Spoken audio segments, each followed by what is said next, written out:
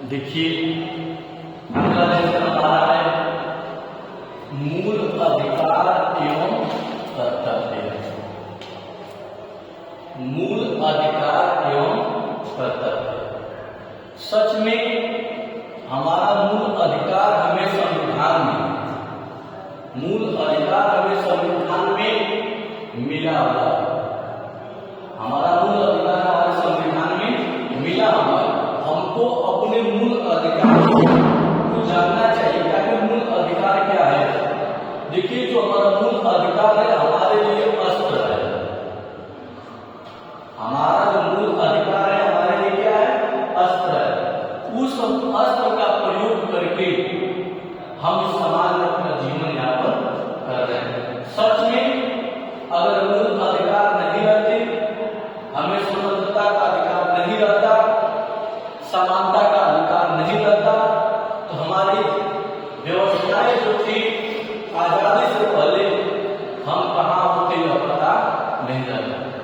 हमें अधिकार मिले, समानता का अधिकार मिला, हमको भेदभाव न करने का अधिकार मिला, हमारे समाज से अस्पृश्यता का अंत हुआ, तब जाकर के आज हम यहाँ उपस्थित हैं।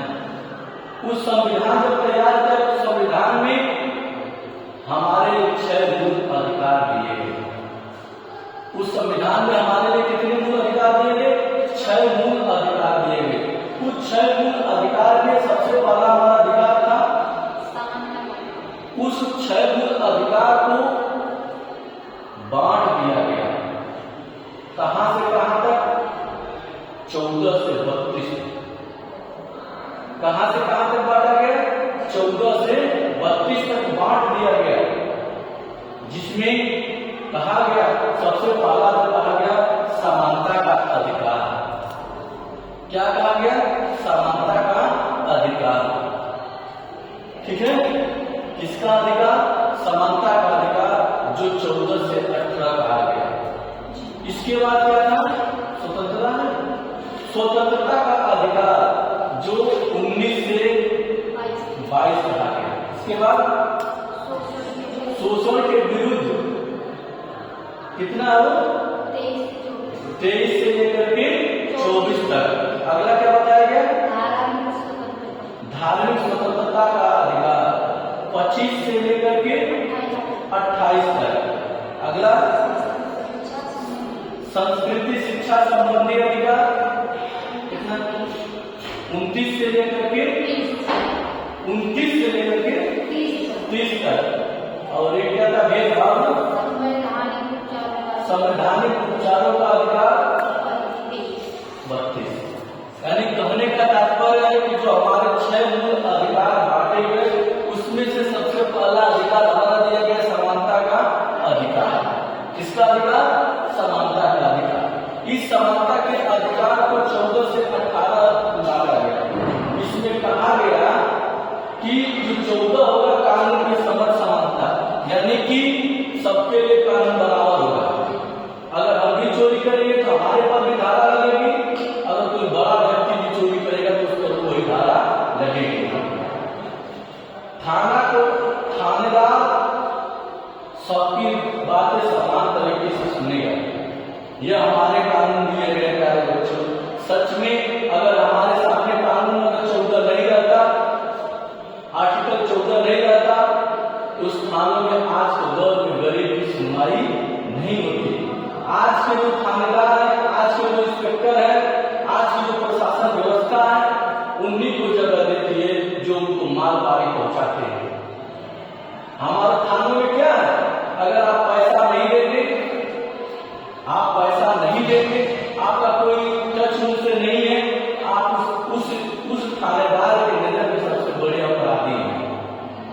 अगर आप वहीं पर उस थाने में घूस रुपया दे दिए तो आप उस थानेदार के नजर में सच्चे आप इंसान हैं।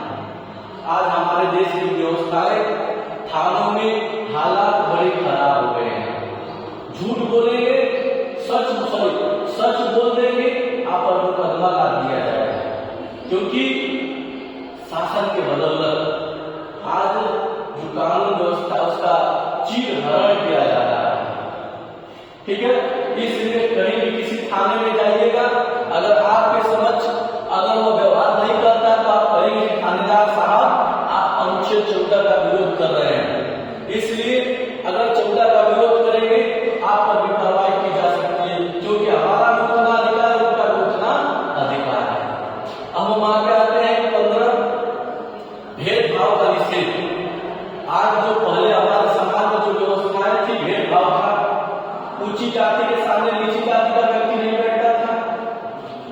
जाति के दरवाजे पर, उनके चरपाई पर नीच जाति का व्यक्ति नहीं बैठता था।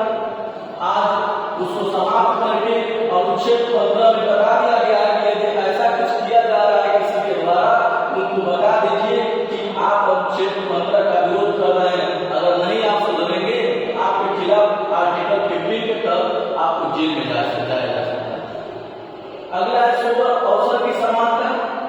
देखिए संविधान में निहित दी गई है अवसर की समानता, सबको अवसर मिलता है। संविधान ने जो जितनी आबादी है उतनी में उनको आरक्षण दे दिया है, बता दिया कि आपको भी अवसर मिलेगा।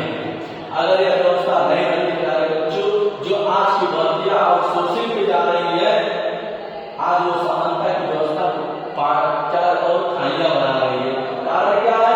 आउटसोर्सिंग पर गरीब घर का बच्चा होगा, एक आम व्यक्ति का बच्चा होगा, और उन पदों बड़े बड़े पदों पे बड़े लोग के बड़े घर के बच्चे होंगे, तो सोचो किसका होगा? नीचे। इसलिए अवसर की समानता को आज बड़ी निर्दयता तरीके से कूटा जा रहा है। अगला 17 है अस्पृश्यता का अंत। जो हमारे समाज में आजादी से पहले और आजादी के बाद भी छुआछूत की भावना थी, एक दूसरे को छुआछूत की भावना थी। अब कोई चमार जाति का रहता था, हम किसी और जाति के रहते थे तो उसके थाली के नहीं, उसके घर नहीं खाते थे। ये अस्पृश्यता काम था। अगर कोई निम्न जाति का दलित व्यक्ति का व्यक्ति किसी मशीन को टच कर देता था तो लोग उसका पानी नहीं पीते थे। इतनी हमारे देश में व्यवस्थाएं खराब थी प्यारे बच्चों। उठाइए उस अम्बेडकर को पढ़िए, उस अम्बेडकर ने उस अस्पृश्यता को अंत करने के लिए कानून बनाया। नहीं तो उस अम्बेडकर को कक्षाओं में नहीं बैठने दिया जाता था, उस अम्बेडकर साहब को कक्षा में बात करने के लिए कहा जाता था, उस अम्बेडकर साहब को तालाब में पानी नहीं पीने दिया जाता था, उस अम्बेडकर साहब को स्कूल में पानी की व्यवस्था अलग बनाई गई थी। उसी अम्बेडकर साहब ने उस अस्पृश्यता का अंत करने के लिए कानून बनाया। यदि ऐसी व्यवस्था कहीं पाई जाती है तो उनके खिलाफ कार्रवाई की जाएगी। तो अम्बेडकर साहब ने संविधान में एक अनुच्छेद, एक आर्टिकल, एक नियम बनाया, यदि ऐसी कोई व्यवस्था करेगा तो उसके खिलाफ ये चीजें लिखी जाएंगी। तो उन्होंने समानता के अधिकार में अस्पृश्यता का अंत किया है। हमारे देश में इतनी छुआछूत की भावना थी प्यारे बच्चों, चाहे आजादी हो चाहे आजादी के बाद हो, यही हमारा भारत देश है। आप चले जाइए, अतीत में चले जाएंगे, अतीत में भी छुआछूत की भावना थी। आप देख लीजिएगा उस समय केवल बनाया गया था क्षत्रिय, वैश्य और ब्राह्मण, 3 लोगों को शिक्षा देने की व्यवस्था थी और इनके अलावा किसी को शिक्षा देने की व्यवस्था नहीं थी। जिस प्रकार से आप देखेंगे गुरु द्रोणाचार्य के पास एकलव्य भिन्न जाति का नाम शिक्षा देने के लिए जाता है, वो कहते हैं तुम निम्न जाति को तुमको शिक्षा नहीं दी जा सकती है। क्यों? क्योंकि उस समय यह आर्टिकल नहीं था। उस सारी व्यवस्थाओं को देखते हुए अम्बेडकर साहब के सामने बहुत अस्थायी व्यवस्थाएं थी, लेकिन अम्बेडकर साहब इन सारी व्यवस्थाओं को क्या किए? रौंद दिए। रौंदने के बाद उन्होंने ऐसी व्यवस्था बनाई, उन्होंने बताई कि तुम्हारी हुकूमत हमेशा नहीं रहेगी। अगर तुम इस तरह से करोगे तो जान लो कि तुम अनुच्छेद 17 के शिकार होगे और तुमको जेल में जाना पड़ेगा। अम्बेडकर साहब ने बहुत ज्यादा काम किया है। अगर सबसे ज्यादा अम्बेडकर साहब ने किसी के लिए किया है, दलित और महिलाओं के लिए किया है। आज अम्बेडकर साहब की देन ने जो आज समाज में महिलाओं और पुरुष में जो क्या समानता समाप्त हो गई है। पहले प्यारे बच्चों महिलाओं को घर से नहीं करना होता था। पहले प्यारे बच्चों महिलाओं का शोषण होता था। एक व्यक्ति 4-4 शादियां कर लेता था, महिलाओं का शोषण करता था। लेकिन अम्बेडकर साहब जाते जाते नेहरू से लड़ गए। नेहरू 55-54 की बात है, नेहरू से लड़ गए, कहे कि इसको पारित करो, हिंदू विवाह अधिनियम कोड, नहीं तो तुमको परेशान करेंगे। नेहरू ने कहा कि चुनाव में यह मुद्दा बनेगा, चुनाव में हम अपना घोषणा में डालेंगे, घोषणा पत्र में डालेंगे, जिससे मैं चुनाव जीत जाऊंगा और तुरंत लागू करूंगा। जाकर के 1955 में 54-56 में जाकर के हिंदू विवाह अधिनियम कोड लागू हुआ। आज हमारे देश की महिलाएं सुरक्षित है। अगर ये नियम कानून नहीं बनते तो देश की महिलाओं को क्या होता? बड़ी खराब व्यवस्थाएं थी प्यारे बच्चों। अतीत में चले जाएंगे तो एक कहावत सुनने को मिलेगी, आप दंग रह जाएंगे। यही हमारा भारत देश है। पता करिएगा, केरल स्टेट है हमारे देश का अंग है, उस स्टेट में बताया जाता है, वो सुने देखे नहीं है, उस स्टेट में निम्न के साथ दलितों के साथ एक कानून लगा हुआ था। दलितों की अगर महिलाएं तो बाहर निकलती थी, उनको मूला कर कहा जाता था, उनके अस्तर काट लिए जाते थे। जब भारत देश, इसी भारत देश में ऐसी व्यवस्थाओं को, ऐसी कुप्रथाओं का अगर किसी ने अंत किया तो बाबा साहब अपने कानून को बना करके, बाबा साहब ने आर्टिकल तैयार करके ऐसी व्यवस्थाओं को हमारे समाज और देश से बाहर किया। समझ रहे हैं? इसलिए प्यारे बच्चों, अपने मूल अधिकार को जानना चाहिए। अगर आप अपने मूल अधिकार से भटक गए तो आपका इतना शोषण होगा, इतना शोषण होगा कि जब तक आप जमीन पर न पड़ जाए। अगला उन्होंने बताया उपाधियों का अंत। देखिए, पहले उपाधि बने रहते थे, सरपंच साहब रहते थे, पंडित जी रहते थे, बाबू साहब रहते थे, यादव बड़े बड़े जो रहते थे, उनके लोग चरणों में शरणों में गिरते थे। लेकिन ऐसी उपाधियों का अंत हुआ, समापन हुआ। यह कहा गया कि आप भी इंसान थे, ये भी इंसान है। समझ रहे ना? तमाम प्रकार की व्यवस्थाओं का अंत हुआ, तब जाकर के आज हम एक साथ बैठ रहे हैं। क्या इसमें पता है कौन किस जाति का है? नहीं, केवल यही दिख रहा है कि सामने छात्र बैठे और शिक्षक पढ़ा रहे हैं। तो यह किसकी देन थी? बाबा साहब अम्बेडकर साहब की देन थी। उन्होंने कानून बनाया, मूल अधिकार दिए और कहे कि इन अधिकारों का कोई उल्लंघन करेगा तो उन पर इन आरोपों के तहत सजा होगी। यह ऐसे हमारे बाबा साहब थे, ऐसे उन्होंने हमें समानता का अधिकार दिया, स्वतंत्रता का अधिकार दिया, मूल अधिकार दिया। तब जाकर के हम लोग किसी मंचों पर इस तरह से अपनी बात को रख पाते हैं। नहीं तो प्यारे बच्चों, आजादी से पहले चले जाएंगे, ऐसी व्यवस्था हमारे लिए नहीं थी। बांट दिया गया था, चमार चमार चलेगा, कई दूध बेचेगा और मूस मारेगा, चमार मूस मारेगा, लोहार लकड़ी बनाएगा, जातियों को बांट दिया गया था। लेकिन ऐसे हमारे देश के महापुरुष बाबा साहब की उत्पत्ति हुई। बाबा साहब ने 4 डॉक्टरेट उपाधियां प्राप्त की हुई। पढ़ने के बाद भारत आए।